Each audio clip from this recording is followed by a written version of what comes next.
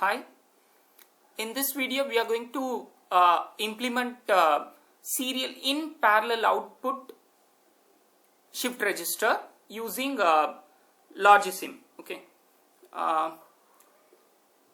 Please ensure that you watch my previous video on the basic introduction about the software Logisim and the implementation of serial in serial out shift register. As you all know, the shift registers are the sequential devices which load the data present on its input, then it gets shifted to its output once every clock cycle. So hence the name shift register. So basically it is used for the storage and for transfer of data in the form of binary numbers. Okay, so you may see the shift registers inside the calculators or computers to store data such as to binary numbers before they are added together. Okay, so let's begin the serial in parallel out shift register. Okay, so as you all know, I am going to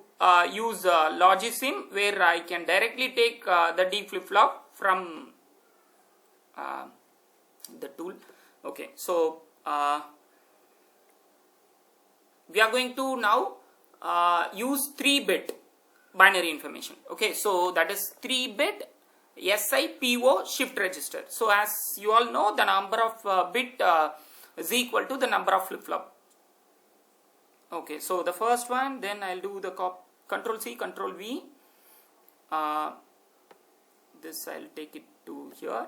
Then another one I will take it to. Yeah. Okay. This I'll just shift. Okay. Then I will use clock. Okay. So this is my clock. Then I will use the input. So serial input, you require only one input. And now I am going to choose the output device, LED.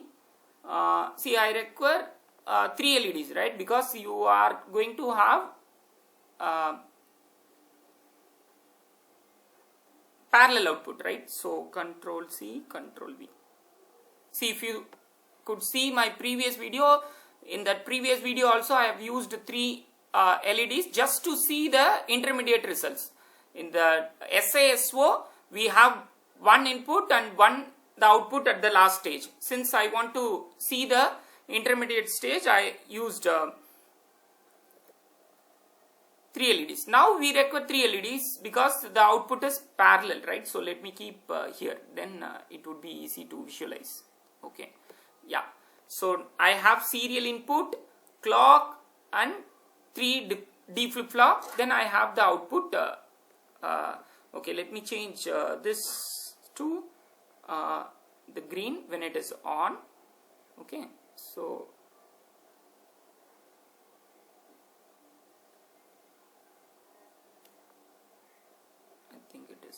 green only. Okay, now let me do the connection. So clock I will pass here, then I require for all, right? So I will, okay, then since it is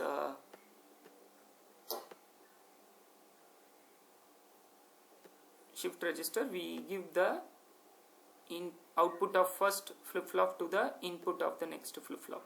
So I am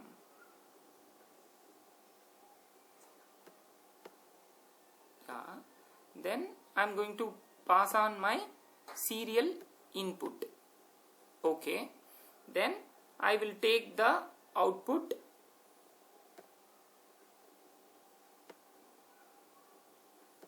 at each flip-flop. Okay, fine. So we have done with the connection, I believe. We have 3 flip-flops, serial input and parallel output and 1 clock. So connections are given. So here I would like you to just to give the idea about what is what, I'm going to use the text. Okay, so this is serial input, then we have clock, then I will just take the variable, this is Q2 and this is Q1, this is your Q0. Okay, and let me select the tool and keep it in appropriate position. So this is serial input, and here you have the clock, and this is my MSB.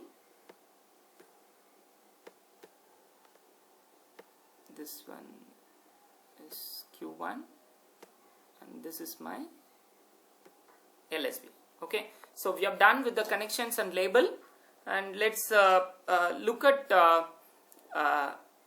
what we are going to give.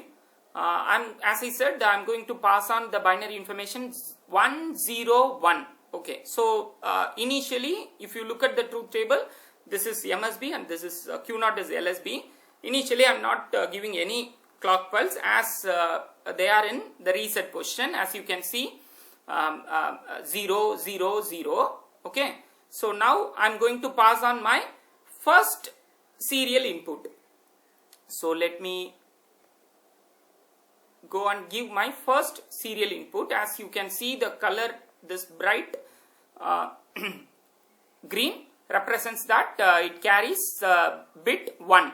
Okay, so then I'm going to pass on my first clock pulse. So during the first clock pulse, my Q2 is 1 and Q1 is 0, Q0 is 0. So as you can infer, during the first clock cycle, as your input is 1, your Q2 is 1, input is, that is Q1 is 0, Q0 is 0. So, okay.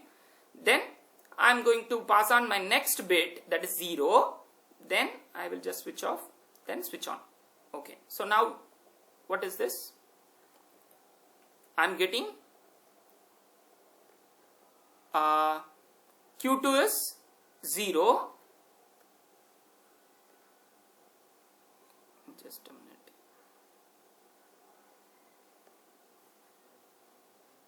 So this is the previous state, right? So 1. Okay. Here is a mistake. I didn't connect the clock here. Okay, sorry. Yeah, now let's move on to. So this is what the previous thing. When your input is 1, you have 1, 0, 0. That is 1, 0, 0. Next I am going to pass on my second input, that is 0. Then I will just switch off the clock. Then if I give clock in, you will get 0, 1, 0. That is the previous value of Q2 is getting moved to Q1. Okay, and the previous value, it was 0 in Q1, that is getting moved to Q0, that is 0. So if you see the parallel output, this is serial input and this is your parallel output, that is 0, 1, 0. So as you can see in the table, it is 0, 1, 0. Coming to the third clock pulse, for the input again 1. So I will make it as the third, that is MSB 1. Then I will just switch on and switch on. Okay. So as you can see here, my Q2 becomes on since I passed the input 1. And the previous value was 0 at Q2, that is getting moved to Q1, that is 0.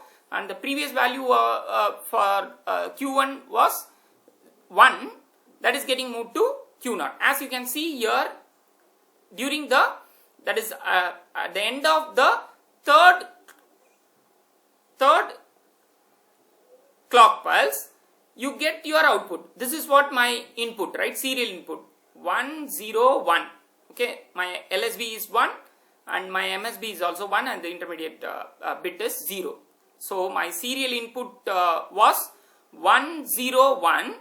At the end of third clock pulse, I get the parallel output. That is the output follows the input, whatever the input that I have passed. That is 1, 0, 1. As you can see in the table, at the end of third clock pulse, I received my output I received my input at the output 1, 0, 1. So for 3-bit serial in parallel out, we require 3 clock pulse to get the valid output. As it is to be generalized, if you have n bit SIPO, you require n clock pulse.